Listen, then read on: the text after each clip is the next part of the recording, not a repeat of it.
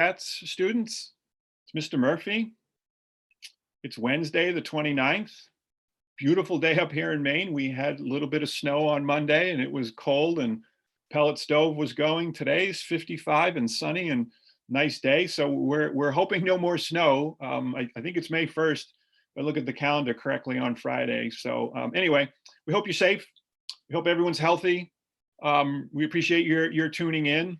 So just before we get going, a little bit of a change in the schedule. Tomorrow, Nate Silver is going to be our sort of a guest statistician. He's going to be with Luke, and he's going to answer some questions about how he uses statistics and how we use statistics every day in the real world. So he's a relatively famous statistician, and he's really into baseball and elections and making predictions for both. So that's a change in the schedule, and we're going to have to get back to you on Luke's session right now. This literally happened today, and I unfortunately won't be able to attend tomorrow. I have other schoolwork to do in the afternoon, unfortunately. But so I'm excited. I'm going to watch that lecture afterwards. So tomorrow we're going to have a guest speaker, guest statistician. He's going to be working with Luke, and it will be same time, same whatever. So today I wanted to talk about two different things. The first one would be using your formula sheet well. Again, my name is Brendan Murphy. I teach at John Baptist Memorial High School in Bangor, Maine.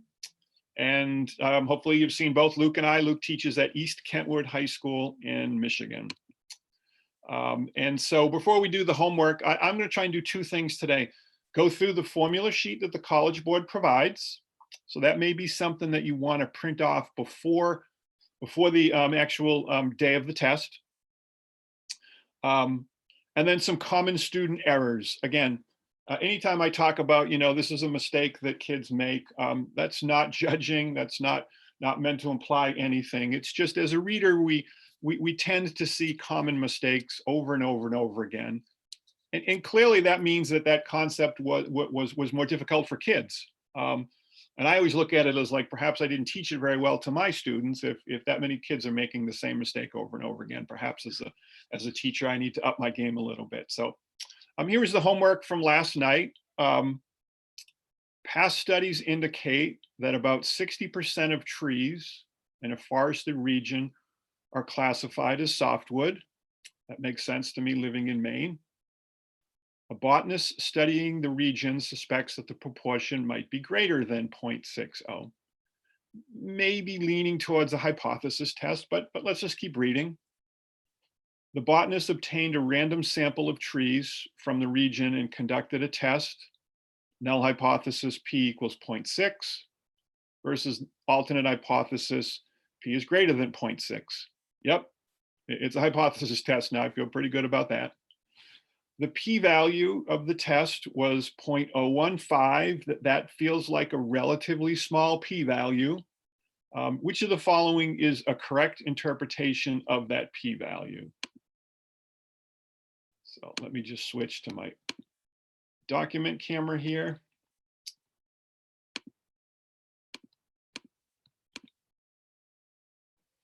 Okay, so here's the problem. And down the bottom here, I've just said the null p is equal to 0.6. The alternative p is greater than 0.6. My p-value or my probability is 0.015.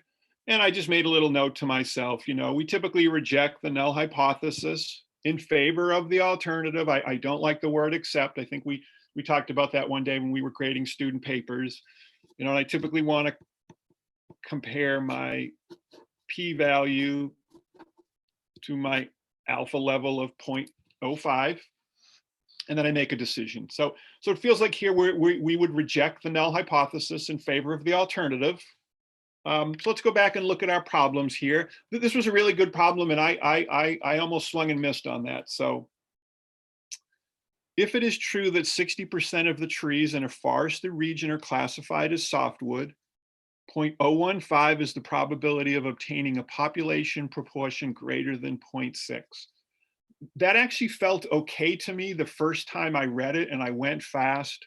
So I put a little question mark here. It didn't feel 100% comfortable. but it sounded okay to me. How's that?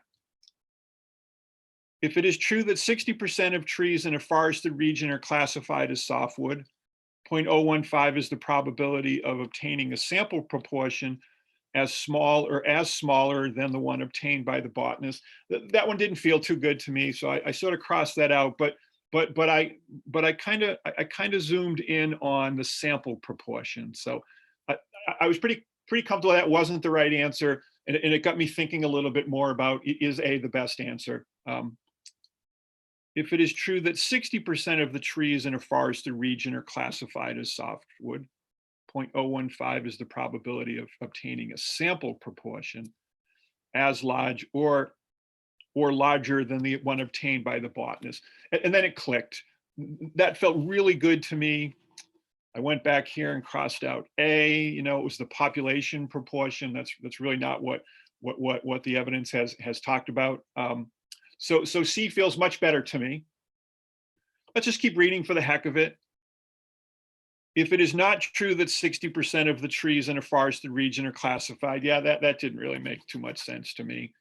And then E, if it is not true that 60%, that really didn't make sense to me. So I think the best answer here is C.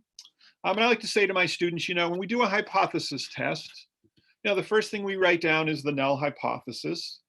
And I like to say to my students, you know, I assume that's a reasonable number. And we typically wouldn't run a test unless we think that's not a reasonable number. So when I buy 10 gallons of gas at the local gas station, I feel like I have 10 gallons of gas, and I don't run a test unless, you know, the needle on my car didn't move.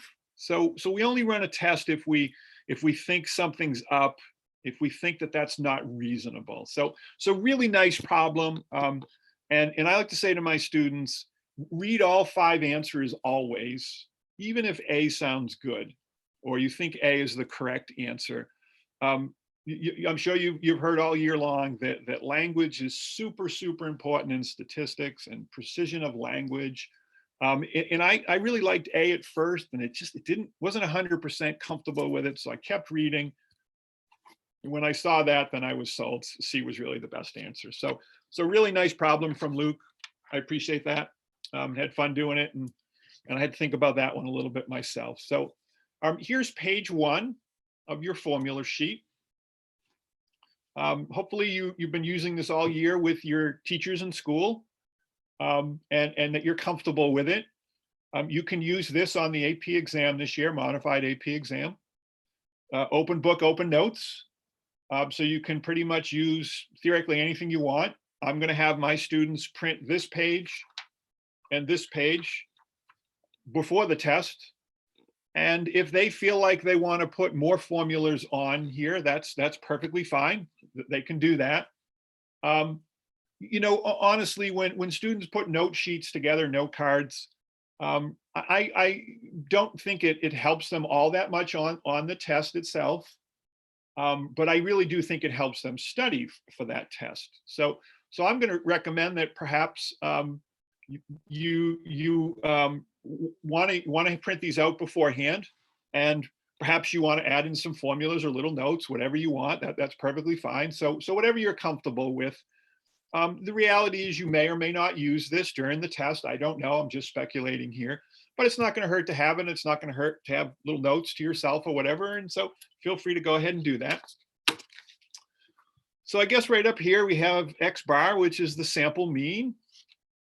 Kids know how to figure that out. Sometimes this nomenclature makes it look even worse, but that's a simple formula, and you've done that before. So these first two formulas are what I would call one variable statistics. And this is the formula for your standard deviation, and you probably learned that in September or something way back when. It's honestly not a nice clean formula. And you know, this n-1 introduces degrees of freedom, which is a really hard concept, actually. In September, I'm trying to get my students to understand that, and that's not so easy. So hopefully by now you're feeling more comfortable with degrees of freedom, you know, when you dealt with means and t-tests and whatnot. I don't think you'd ever use that formula on the AP exam. 100% speculation. I know nothing more than you do. But the intent of the AP Stats exam is not number crunching. So my gut says you would probably get that number from a calculator, but it's there if you need it. And so those are one variable statistics. I'm going to say that these are two variable statistics. So here's my least squares regression line, y hat equals a plus bx. Make sure that you do, kind of have your hat on that. That's a predicted model. That's super important. And always identify your variables, what's x and what's y hat mean. Y bar equals a plus bx. I don't know if I know the name for that formula, but I do know that x bar, y bar, the average x value and the average y value, does always sit on the least squares regression line. So I guess I've used that formula in the past to solve for one of those variables. Could it show up on this year's free response? The answer is yes. So it's good to have, good to know. Here's my R value, my correlation coefficient. And again, that's not a nice clean formula at all. But fortunately, our calculators will get that number for us if we need it. So again, I'm totally speculating, but I don't think you would ever use that formula or plug in 20 numbers and grind it out. It feels like a pretty big time constraint, and I don't think that's going to happen. But strictly speculating, again, I know nothing more than any of you don't know about this year's exam. So here's kind of a neat little formula for slope, right? This is the same slope as right up here. Slope equals my correlation coefficient, my standard deviation of my y variable divided by my standard deviation of my x. We've defined slope for years, rise over run, delta y over delta x, lots of different ways, right? That's kind of a neat little way to identify slope. And there's kind of a proof behind it, but boy, it's way beyond the scope of the course. But again, could you use that? And the answer is yes. Again, I've seen it used before in multiple choice questions, but again, I have no idea what's on this year's exam. So that's kind of the formulas for what we call descriptive statistics. Sometimes I call it EDA, exploratory data analysis, basically the same thing. A couple formulas for probability here. We could say P of A or B equals P of A plus P of B minus P of A and B. You might have seen it that way. It really means the same thing here. This is just sort of nomenclature, and this is more in words. So that's a good formula. And, maybe from a Venn diagram or something point of view, that might be something where you would use that. This is the conditional probability. And I think I did that one day when I was doing probability. So you might need that for conditional probability. And again, you typically don't have to write the formulas down if you put numbers in and show us all your mathematics, but they're there if you need them. That's very helpful. So now we get down to a discrete random variable. So mu of x, the mean, the expected value of x, is the sum of the outcome times the probability. Well, I think I did that a couple times when I was doing my random variables. And again, if you look right above it, it says mean. So that's pretty good. Good to know. Here's the standard deviation of a discrete random variable. Again, not a nice clean formula. And if you need it, it's there. And if you don't need it, that's okay too. And then I guess we have a binomial distribution and a geometric distribution. I know Luke did one day on those. And in many ways, they're sort of similar. There's 4 conditions for each one of those. And in a binomial, it's you hit exactly 4 out of 10 shots or something like that. And geometric would be what's the probability that the first time you hit a shot is on your 4th attempt. So that's the big difference between those two. Here's the formula for binomial. Here's the formula for geometric. Those are a little bit trickier for me to memorize. I don't really need to as a stats teacher, but again, it's there if you need it. Your calculators will do both of those. So I wouldn't stress over any of these formulas. If you've studied them this year, great. And if you haven't, don't worry about it. Here's the mean. Again, sort of look up to the top of the column there. Here's the mean for a binomial distribution. mu of x equals NP. Here's the mean for geometric. Mu of x is 1 divided by p. Both of those are somewhat intuitive, actually. And many times my kids are able to answer questions before I've even taught them this, because it sort of feels like it makes sense. And again, over here, those are the corresponding standard deviations of each of those distributions. Again, binomial and geometric. So really, the intent today is to recognize what's on the formula sheet and how to use it. And you can write all over it like I'm writing all over mine. That's perfectly fine. So then we get into some, I guess I would call these sort of general formulas. And we're going to use this for sampling distributions and inference. So we take a standardized test statistic. A z-score is one of the, standardized test statistics.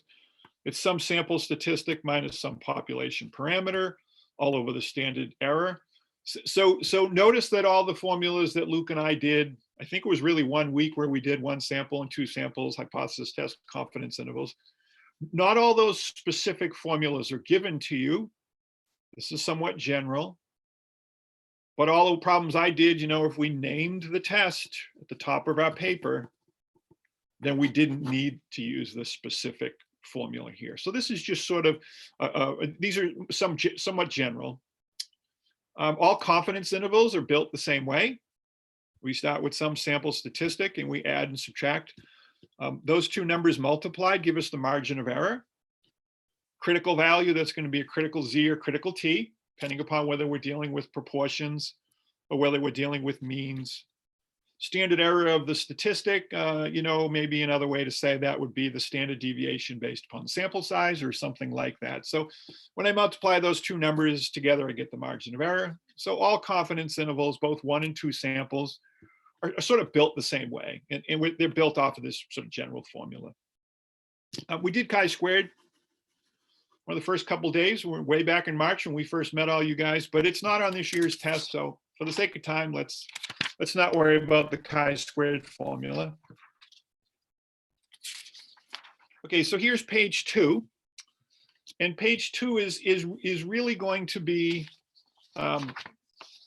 again, somewhat generalized formulas that you might use for confidence intervals and hypothesis test, means and proportions. So if we have one population proportion, p hat, again, the parameter is the population. Think sample statistic, population parameter. Mu of all the p hats is equal to p. And that's for 1 sample. For 2 samples, mu of p hat 1 minus p hat 2 is p1 minus p2. If we know sigma, which sometimes we do and many times we don't, we could use those two formulas for the standard deviations. But many times we don't know sigma. So this might be a better formula, again, standard error, standard deviation for 1 samples with proportions. Here's 2 samples with proportions. Now this is a nuance, and I think I covered this hopefully when I was doing 2 samples with proportions. I would use those 2 formulas for confidence intervals, 1 sample, 2 sample. When I do a 2 sample hypothesis test with proportions, how we calculate the standard error is a little bit different. We come up with what we call p hat combined. I think I did that. I know I did that in one of the problems that I did. But notice there is a difference between those 2 formulas for 2 samples with proportions. This would be more with confidence intervals, and this would be for hypothesis tests. So again, maybe when you're doing your studying, just make little notes to yourself. This is the formula we want you to use with 2 samples proportions with hypothesis tests, where we come up with what we call p hat combined. That's what we would use with 2 samples with confidence intervals. Down here we have, again, sampling distributions for means. So population parameter. sample statistic. Mu of all the x bars is mu. Well, that's good to know. Luke did that, I think, when he did central limit theorem in sampling distributions. Again, if we know sigma of x bar is sigma over radical n, many times we don't know sigma.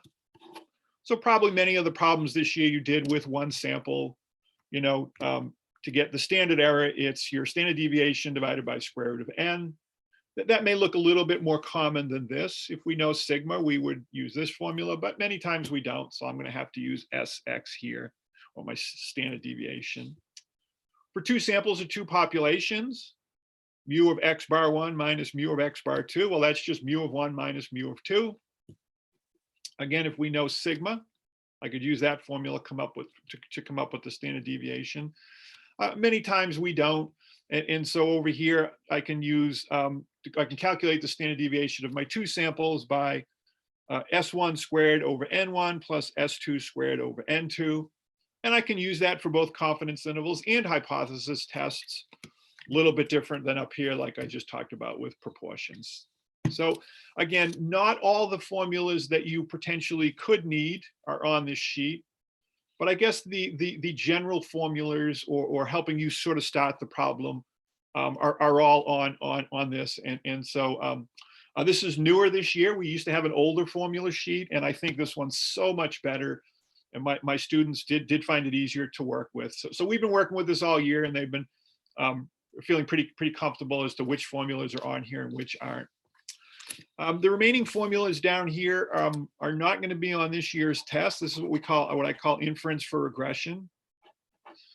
We might have done that like the first couple days, way back. It seems like a long time ago. It probably wasn't more than a couple weeks ago. So for the sake of time, let's not worry about those, and you won't be tested on anything like that on your exam. So let's not even worry about those, I guess. So that was kind of a quick walkthrough of your formula sheet. Again, hopefully you've been using that this year, during your tests and quizzes and whatnot. And again, I think I would maybe print that off between now and the AP exam. And you can make notes on it. It's open book, open notes. So do whatever you want. And if you want to add in all those specific formulas for inference, you can do that this year.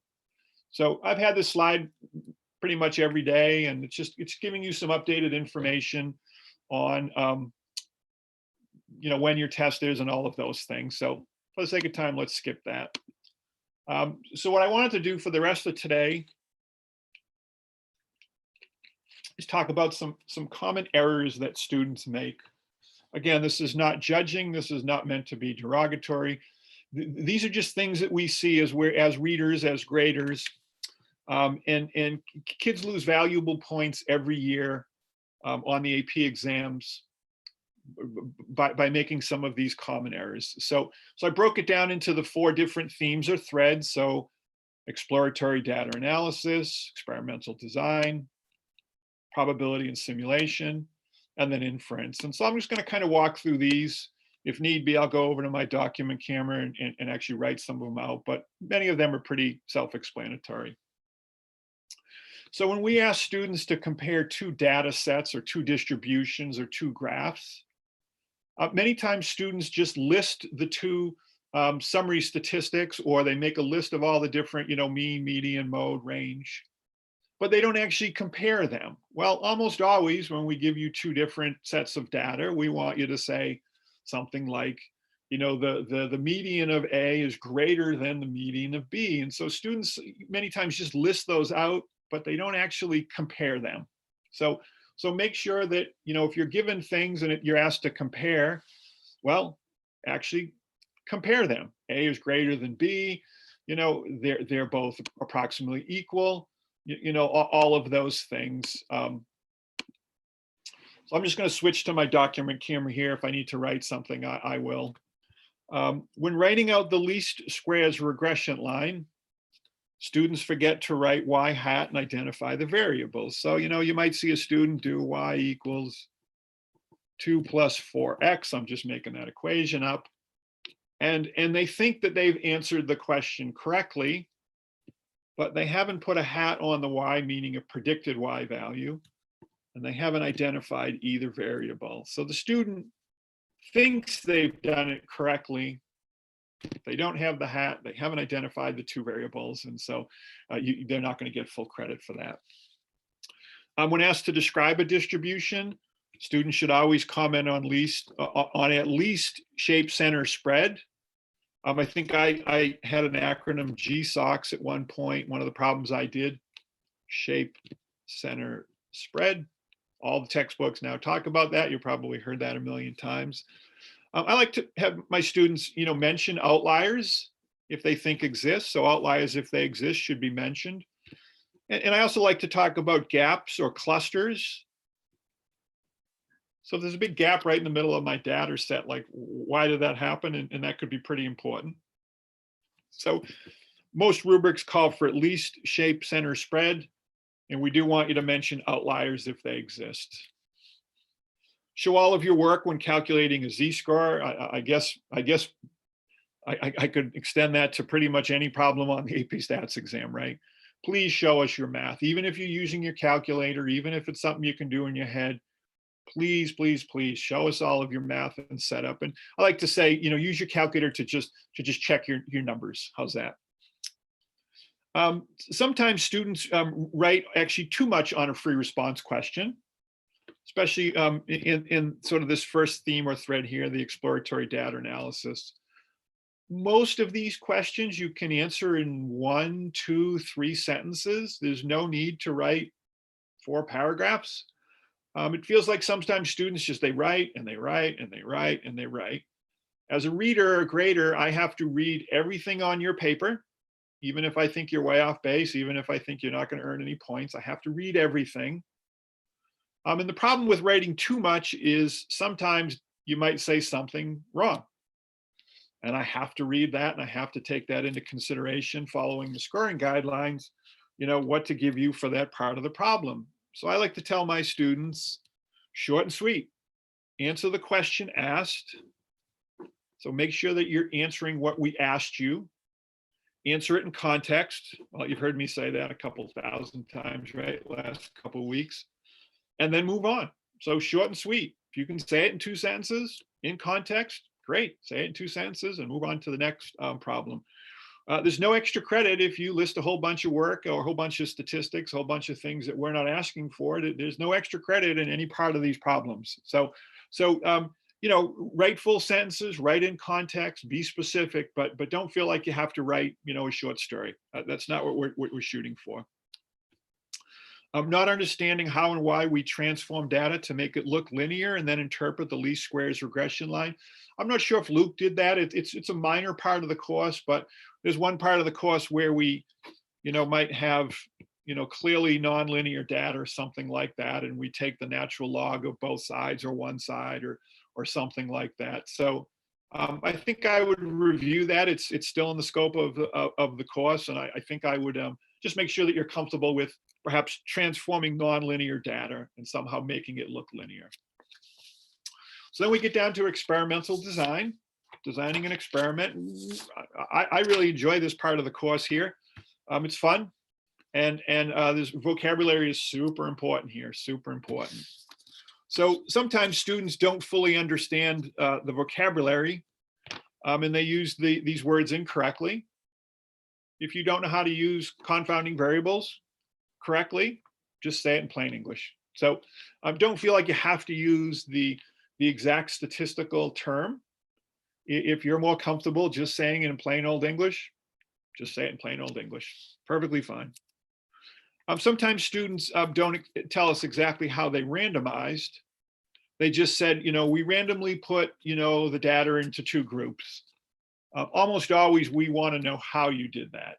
Did you use a random digits table? Did you use the random digitizer on your calculator? Did you put the names in a hat and shake them up? So if you have a question and it's talk about randomizing, I think I would not just say, I randomly put the 100 volunteers into 2 groups. I would be specific as exactly how did you randomly put those into the 2 groups. Confusing causation with statistically significant results.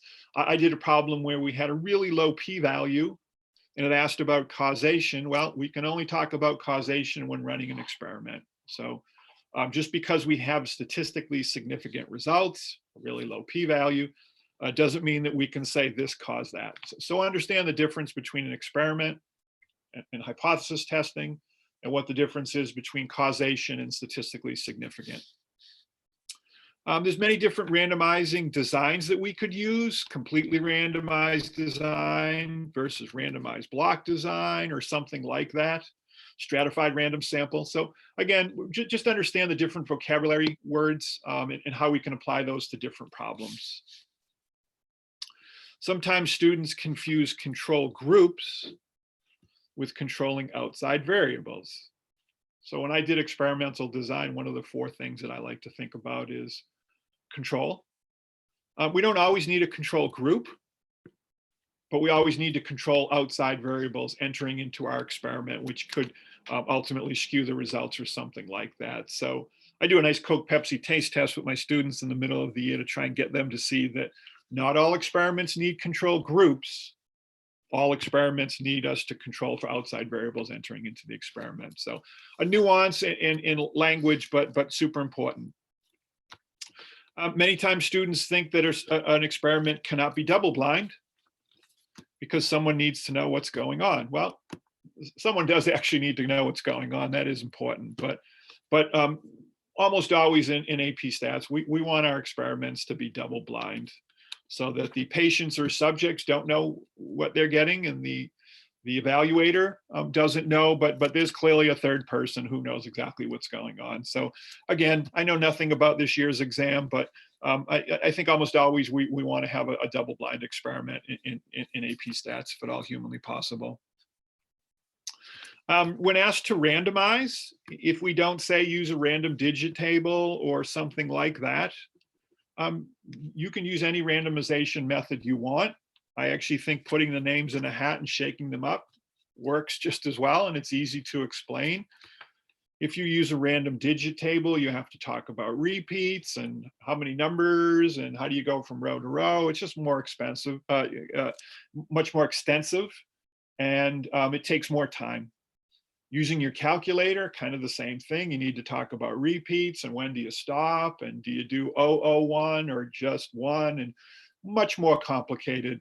If they just say randomize any way you want, I recommend to my students, put the names in the hat, shake them up, pick them out, and we're good to go. Confusing confounding and lurking variables. Many of the textbooks still have lurking variables, and I know almost all the authors, they're all great. Lurking variables is technically not in the curriculum. So I don't actually teach it in my class anymore. I used to, and I think all I did was confuse the students. So I think I would know what a confounding variable is. And I think I did that one day with the dentist or something in apples. I did a problem with that. I just don't use the word lurking in my class, and my students don't like it anyways, but clearly confounding is important, and please understand what a confounding variable is and how we can use that in experimental design. So up to our 3rd thread, probability. I think when we were grading, what was it, Monday, we saw a student who was able to get the numbers right from the 2-way table, and student came up with the correct answer, but there was no work. And so the student went from an E essentially correct down to a P partially correct. So for all of the themes or threads, or for all problems, please show us all of your work. Just writing out an answer, circling it, what we call a bald answer, almost always does not get full credit, sometimes partial. It depends upon the problem, but we need to show your work. Even if you're adding, I think it was, we needed to add 3 probabilities or something to get the right number, and the student didn't do that. The student just circled whatever the right number was. I can't do that math in my head, 0.45. 0.59 or something. We want to see where you got those numbers, even if you took them right from the table, even if you can do that math in your head. Please show us your work. Sometimes in a 2-way table, we ask, is this independent of that? And students try and answer it just in words. So they say something like, oh, yes, this Gender is independent of whether you have a job because they're not impacted by each other, or they're not independent because of some reason. There's really no way to correctly answer that without doing some mathematics there. So just watch that, in a two-way table probability problem. When we're talking about independence, we need to see some mathematics. You can't answer that just in words. Using calculator speak for their work, not correct statistical formulas. So binom, PDF, something like that. I know what that means, right? Because I'm a math teacher. That's really not good communication, and that's really not good statistical practice. Now, if you follow it, something like I think I reversed the numbers here. If you put numbers here and then clearly explain what each one of those parameters mean, then perhaps that's accepted. I like to tell my students, tell me what's going on. That's a binomial probability distribution function, something like that. Tell me what these numbers mean. When you use calculator speak, you run the risk of not getting full credit, especially if you don't identify all the parameters. So again, I'll leave that up to you and your teachers, but I would much prefer my students tell me just in words, Mr. Murphy, it's a binomial setting, blah, blah, blah, blah, blah. It's so much better than calculator speak. And again, we hopefully Luke and I have said this pretty much every day since we first met, not putting their final answers in full sentences and context. Always, always, always, make it contextual, make it specific to the problem that we're talking about. Don't have these generic answers. I use those a little bit when I do inference, but I also try and at the very end tie it all in contextually. So for statistical inference, and Luke and I have spent a lot of time on that, students do not list assumptions or check conditions, nor understand why they need to do this. Students have actually gotten much, much better at this. I've been a reader for years and years and years, and if you go way, way back, students really struggled with this first one here. I think our textbooks are much better. I think as a teacher, I'm doing a better job. Students are getting much better with this. So that's great. Hats off to you guys. You're doing much better when we grade your exams. But please make sure that you know exactly which conditions we need to check, and equally as important, if not more important, why we need to do that. When we give you raw data, and we want you to talk about, the shape of your distribution is at least approximately normally distributed or something. We need you to do a dot plot or a histogram or something like that, a quick sketch of the data. You can't just say, oh, I assume it's approximately normally distributed. If we're given the raw data, the data points, we need to see some sort of a sketch here, leading us to believe that you've plugged the points in and it is approximately normally distributed. So this one here is not showing their final work set up and stating their final answers from the calculator. So I'm going to cross that out because I've since changed how I teach it a little bit in my classroom. When we were doing statistical inference, if the first thing you've done, and it was the first thing I always did, like one sample hypothesis test with proportions, if you name the test somewhere on your paper, then you don't need to show the formula and you don't need to plug in all the numbers. You can then just go to your calculator, and get, the z-score and your p-value and all of those numbers and list those. So if you name the test, then you don't need to write the formulas down. And that's one of the reasons that they're not on the formula sheet. So I've been teaching the course for a while and I'm a little old school, and I used to make my students do something a little bit different. So let's not read all of number 3. Let's just keep going on that. So question for item number 4 here. When students list their null and alternative, sometimes we see something like this, X bar is 27 or something like that. Well, both your null and alternative should be population parameters. So that should be mu. or it should be P equals 0.6 with proportions. So P hat here would be wrong, and of course X bar here would be wrong. So just watch that. We do see that a lot as students confusing sample statistics with population parameters. When I'm stating my null and alternative, these need to be population parameters. Number 5, not linking the p-value and significance level when writing their final conclusion. Students will say, we reject the null because our p-value is equal to 0.03 or something like that. Well, we really want you to link that to some significance level. Again, typically alpha 0.05, but not always. I've seen problems where alpha is 0.01, and sometimes alpha is 0.10.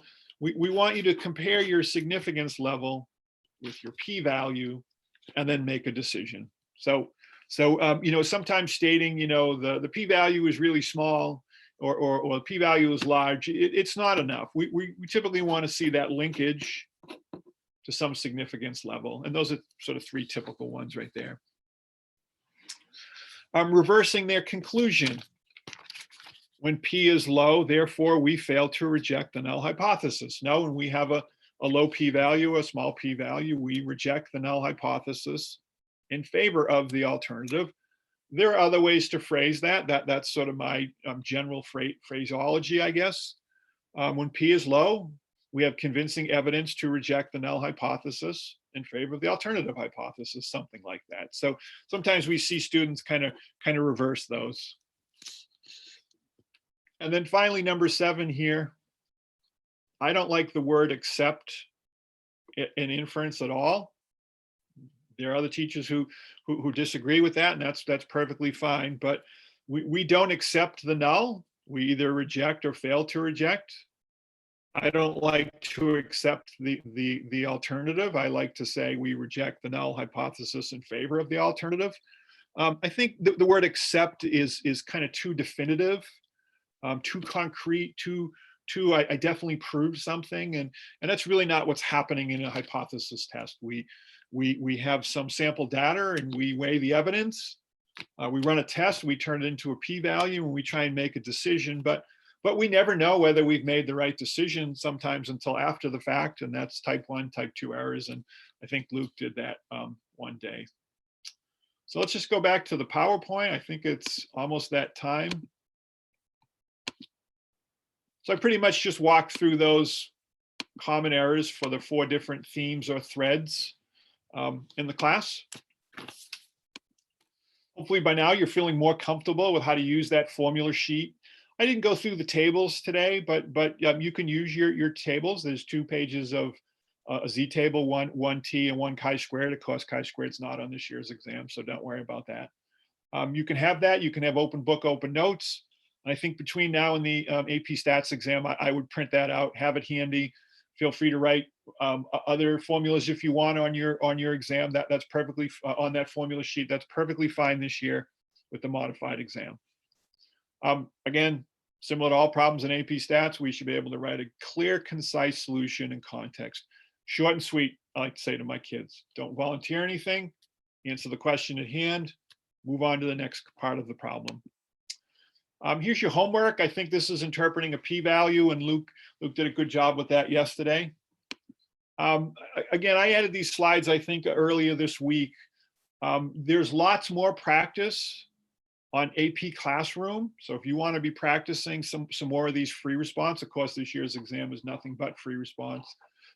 These next 6 or 8 slides just give you some more details as to exactly, how to go to AP Classroom, how to find the free response, those types of things. I'm not sure exactly what all of your different teachers are doing, but if you want to go there, feel free to print that off and look at it when we finish for today. So again, thanks for watching. You'll have homework problem tonight. Luke will be back with you tomorrow. Not sure exactly. Again, we have our guest speaker, Nate Silver, tomorrow. So tomorrow might feel a little different. And Luke and I have to talk about, rescheduling things. We'll get it all in there. We're super excited that he's going to join us. I think you'll find him just a wonderful guest speaker. super intelligent guy, and he's really interesting. So I'm a little disappointed that I can't make tomorrow, but I have my other real job tomorrow, and I'm busy tomorrow afternoon. So be safe. Hope I helped a little bit today. Know how to use your formula, and spend some time with some of those common errors, and we just don't want to see you make some of those common errors and lose some valuable points. So be safe, stay healthy, take care of yourself. Really cool. We have a guest speaker tomorrow. I'll be back with you guys on Friday, and I think it's Free Response Friday. And then next week, Luke and I are going to be doing some sort of mock AP questions with you to try and mimic this year's modified test. So there's first free response question, 25 minutes, second free response question, 15 minutes, 55, 45, split between those. Each one will feel perhaps a little bit different than some of the free response Luke and I have been doing, but we're going to have some practice problems for you guys. So we're going to get you ready next week, and that's the goal. So have a good afternoon. Have fun tomorrow with Nate Silver and Luke, and I'll see you guys again on Friday. Thanks.